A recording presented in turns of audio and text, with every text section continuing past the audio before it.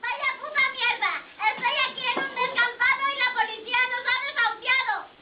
Tronca, vengo de la casa. ¿Sí? ¿Y qué? Pues nada, me han dicho que no hay orden ninguna, pero que como estamos fuera no podemos volver a entrar. ¿Y no te han dejado coger nada? Ni siquiera unos calzoncillos limpios.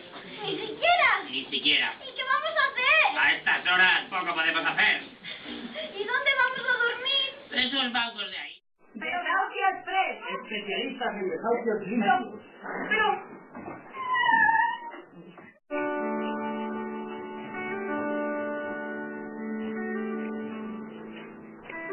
Ángeles malos o buenos, que no sé, se alojaron en mi alma, sola, sin muebles y sin alcobas, deshabitada. De rondón, el viento hiere las paredes, las más finas, vísceras láminas, humedad, cadenas, gritos, ráfagas. Te pregunto, cuando abandonas la casa, dime, ¿qué ángeles malos, crueles, quieren de nuevo alquilarla? Dímelo. ¡Paga! ¡Paga! ¡Que pague!